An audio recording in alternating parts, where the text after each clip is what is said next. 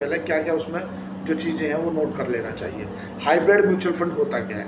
तो देखो, आपको अकेला रिटर्न ही नहीं देखना कि आपको 5 सालों का कितना रिटर्न दे रहा है, ये नहीं देखना इसे देख के ही आपने निवेश कर दिया, नहीं। सबसे पहले तो ये देखना है कि आपको उसमें एक्सपेंस रेशो क्या है। किसी भी हाइब्रिड म्यूचुअल फंड को जब आप पिक करते हो तो ये देखना उसका एक्सपेंस रेशो क्या है। दूसरा कि जो जो हाइब्रिड फंड होता है ना, आपने देखा हो उसके ऊपर जो टैक्स सेक्शन लगता है ना, वो लगता है पूरा इक्विटी वाला। जो डेट फंड होता है उसके टैक्स कलेक्शन अलग रेट है, और जो तुम्हारा म्यूचुअल फंड है एसआईपी वगैरह जिसमें आप नॉर्मल करते हैं उसका अलग है। लेकिन अगर जब आप हाइब्रिड म्यूचुअल फंड ले लेते हो ना, तो उसमें लगभग 80% जो पैसा है ना वो आपका इक्विटी मार्केट में रहता है, और जो 20% पैसा है वो आपका डेट वगैरह में रहता है। तो उस पर पूरी की पूरी जो नियमावली लगती है ना टैक्स कलेक्शन की, वो पूरी इक्विटी की लगती है। पहले ये देखो।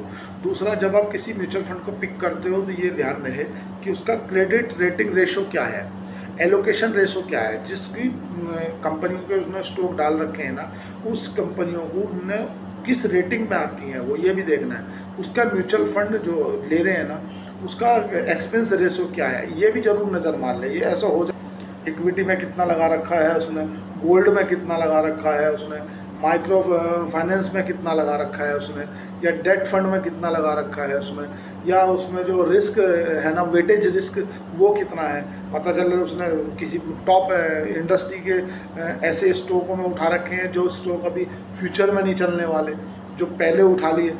ऐसा नहीं है। म्यूचुअल फंड क्या है? अल्टीमेटली म्यूचुअल फंड भी आप डायरेक्ट इन्वेस्टिंग करते हो, म्यूचुअल फंड में एक फंड मैनेजर होता है। वो फंड मैनेजर सभी का पैसा लेकर वो स्टॉक उठाता है, वो एक तरह का बास्केट बन जाती है। उसमें ज़्यादातर वो मतलब 100 से 150 के आसपास स्टॉक उठाता है। अब वो जब स्टॉक बढ़ते हैं घटते हैं तो आपकी एनएवी नेट एसेट वैल्यू घटती बढ़ती है।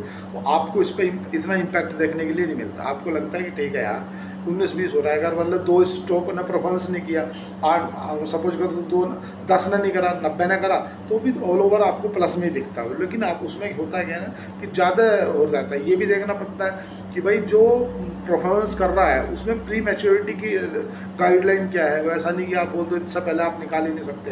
कुछ म्यूचुअल फंड है ऐसे जो 5 साल के लिए फिक्स है, उनमें आप पैसा निकाल ही नहीं सकते, डाल सकते हो, एसआईपी कर सकते हो।